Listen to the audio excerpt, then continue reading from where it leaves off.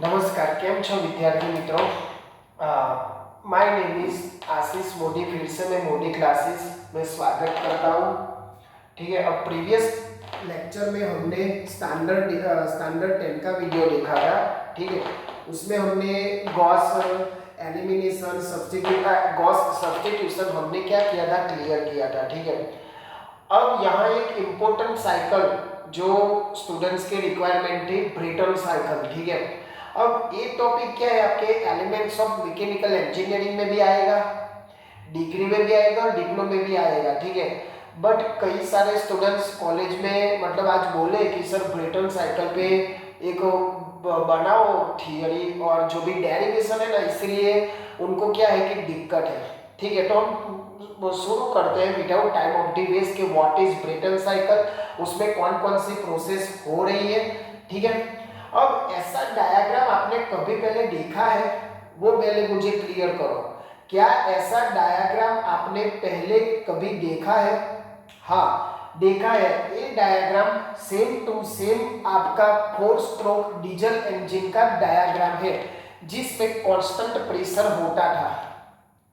ठीक है, पेट्रोल की बात करें तो उसमें कांस्टेंट वॉल्यूम रहता है, जिसमें ऑटो साइकिल हम बोलते हैं, बट यहाँ क्या है, आपका कांस्टेंट प्रेशर है। अब इस ब्रेटन साइकिल में हीट रिसीविंग, दो इंपॉर्टेंट चीजें हैं, ध्यान रखना। हीट रिसीविंग कि जहां हम हीट क्या करते हैं, गेन करते हैं, हीट रिसीविंग और हीट एब्जॉर्ब, हीट रिसीविंग और हीट रिमूव, रिसीव और हीट रिमूव, हीट रिमूव, ये दोनों प्रोसेस कैसी हो रही है भाई, कांस्टेंट प्रेशर पे हो रही है। दोनों प्रोसेस सीपी से आप इंडिकेट कर सकते हैं, कांस्टेंट प्रेशर से। ठीक है, ये पहले चीजें याद रखो कि जो भी आप हो रहा है, मतलब इसमें दो इंपॉर्टेंट चीजें हैं, हीट रिसीविंग और हीट रिजेक्टिंग यानी रिमूविंग। तो ये दोनों चीजें किसमें हो रही है, कांस्टेंट प्रेशर पे हो रही है।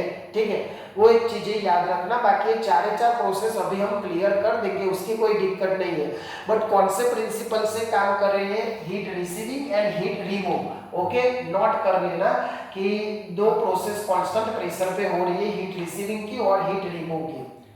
ठीक है, अब यहाँ हम प्रोसेस 1T2, 2T3, 3T4 और 4T1 हम स्टार्ट करते हैं, उसमें कोई दिक्कत नहीं है।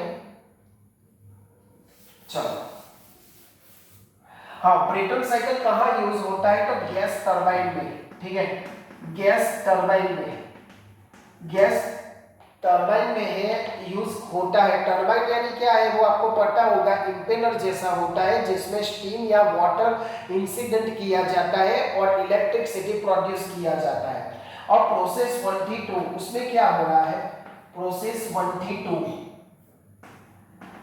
प्रोसेस 1T2, और उसमें क्या हो रहा है कि आपने ये बॉयल्स चार्ल्स लॉ गैलीलियो से पढ़ा है कि प्रेशर एंड वॉल्यूम कैसा है, आपके इनवर्सली प्रोपोर्शनलिटी है। ठीक है, इनवर्सली प्रोपोर्शनलिटी। तो यहाँ क्या हो रहा है भाई, देखो, वॉल्यूम घट रहा है यानी प्रेशर बढ़ेगा, वॉल्यूम घट रहा है यानी प्रेशर बढ़ेगा। ठीक है, ગુજરાતીમાં એવું કહેવાય કે આ પ્રક્રિયામાં શું થાય છે, વાયુનું કણ શું થાય છે, ઘટે છે અને એનું દબાણ વધે છે। अपन बोली सकाय, इंग्लिश में बोलने चाहो तो क्या बोलोगे कि the volume is decrease so the pressure is increase. यहां मैं शॉर्टकट में लिख देता हूं कि यहां क्या हो रहा है, P1 to P2, P1 to P2 क्या हो रहा है, इंक्रीज हो रहा है। This is the pressure of gas. ठीक है, और उसके मुताबिक वॉल्यूम V1 टू V2 क्या हो रहा है भाई, डिक्रीज हो रहा है। क्या हो रहा है, डिक्रीज हो रहा है। P1 टू P2 क्या हो रहा है, बढ़ रहा है, और V1 टू V2 क्या हो रहा है, डिक्रीज हो रहा है। इतना समझ में आया, क्यों एक इंक्रीज क्यों डिक्रीज को गैलीलियो से Charles law and Boyle's law, उसी हिसाब से जब प्रेशर बढ़ रहा है तो आपका वॉल्यूम क्या हो रहा है, डिक्रीज होना चाहिए, ऐसा वो बोल रहा है। ठीक है ना, चलो, और this process is also called isentropic process. कौन सी प्रोसेस है भाई, आइसेंट्रोपिक प्रोसेस। आइसेंट्रोपिक उसको एडियाबैटिक भी बोल सकते हो, ठीक है, जिसमें किसी भी टाइप का हीट रिसीविंग और हीट रिमूविंग नहीं होता, ठीक है। This is the isentropic process. इस प्रोसेस को मैं क्या बोलूंगा, आइसेंट्रोपिक प्रोसेस बोलूंगा। इतना समझ में आया भाई? मैं रिवाइज करवा देता हूं कि उसमें क्या हो रहा है कि 1 to 2 आपका प्रेशर बढ़ रहा है, वॉल्यूम घट रहा है, और this process is also called isentropic process. और क्यों आइसेंट्रोपिक बोलूंगा भाई? क्योंकि उसमें किसी भी टाइप का हीट रिजेक्टिंग और एब्जॉर्बिंग नहीं होता, ठीक है, समझ में आया? चलो अब चलते हैं हम लोग प्रोसेस 23। आपको लिखना हो जीटीयू में तो आप ऐसा लिख सकते हो कि આ પ્રક્રિયામાં P1 to P2 દબાણ વધે છે અને V1 to V2 શું થાય છે, કોડ એનું ઘટે છે, ऐसा भी लिख सकते हो। प्रोसेस कौन सी? 23, प्रोसेस 23, ठीक है।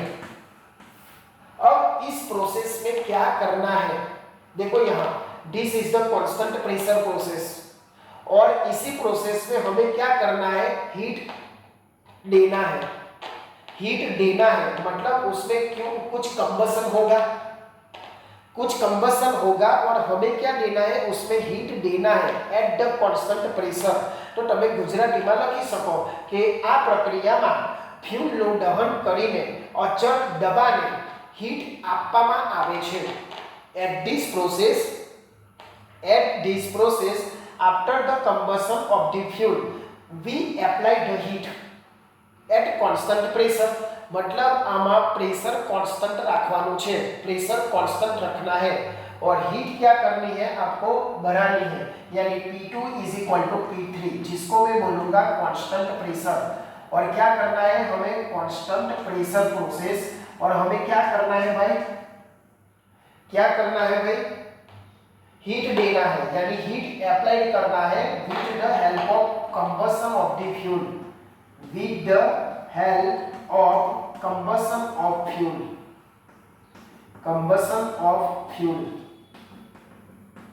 Ready. Combustion of the fuel हमें क्या करना है, हीट देना है। अब अगली प्रोसेस में क्या होगा, लिख लेना आप वीडियो स्टॉप करके। अब अगली प्रोसेस में क्या करना है, 3 to 4 क्या हो रहा है भाई, प्रेशर धीरे धीरे डिक्रीज हो रहा है, तो वॉल्यूम क्या होगा, बढ़ेगा। देखो V3 और V4 कौन सा बड़ा होगा, V4 बड़ा होगा, और प्रेशर क्या होगा, डिक्रीज होगा, क्योंकि क्या है, according to the our ideal gas equation, Galileo law Boyle's को चार्ल्स लो क्या बोलता है भाई कि प्रेशर बढ़ेगा तो वॉल्यूम क्या होगा, डिक्रीज होगा। तो प्रोसेस 23, प्रोसेस कौन सी प्रोसेस पहुंचे हम लोग, 3 to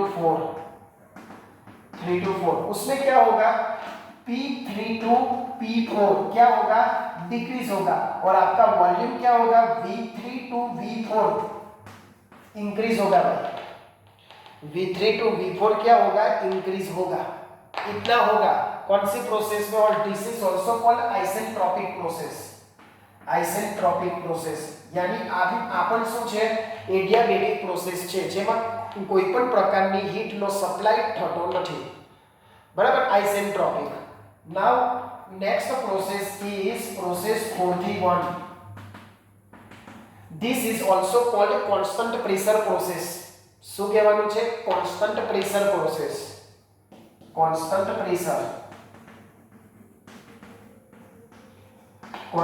pressure process।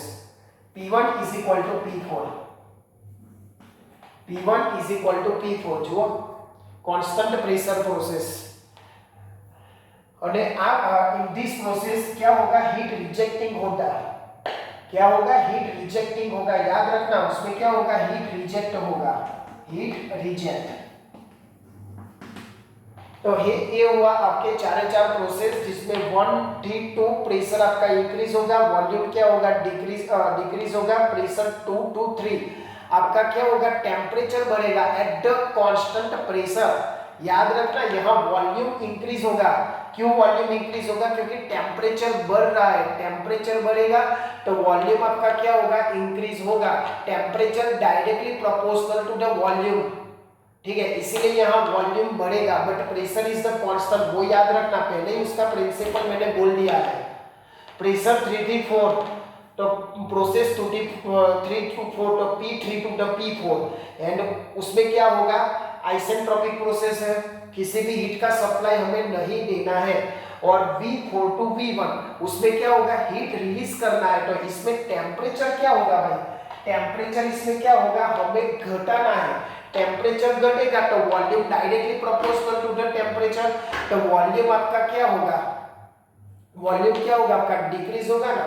वही यहाँ बोल रहा है भाई कि V4 आपका ज्यादा होगा और V1 आपका कम होगा, क्योंकि टेम्परेचर आपका डिक्रीज हो रहा है but pressure is the constant. Temperature क्यों डिक्रीज हो रहा है, क्योंकि हमें हीट रिजेक्शन करना है। क्या करना है भाई, हीट रिजेक्शन करना है। तो all the process are explain and now we explain about the we understanding about the efficiency of the Brayton cycle। जैसे कार्नोट साइकिल की एफिशिएंसी आती है, रैंकाइन साइकिल की एफिशिएंसी आती है, वैसे ब्रेटन साइकिल की भी एफिशिएंसी आती है। ठीक है, तो अब हम वो समझेंगे कि एफिशिएंसी ब्रेटन साइकिल की एफिशिएंसी, पहले नोट कर लो अच्छे से।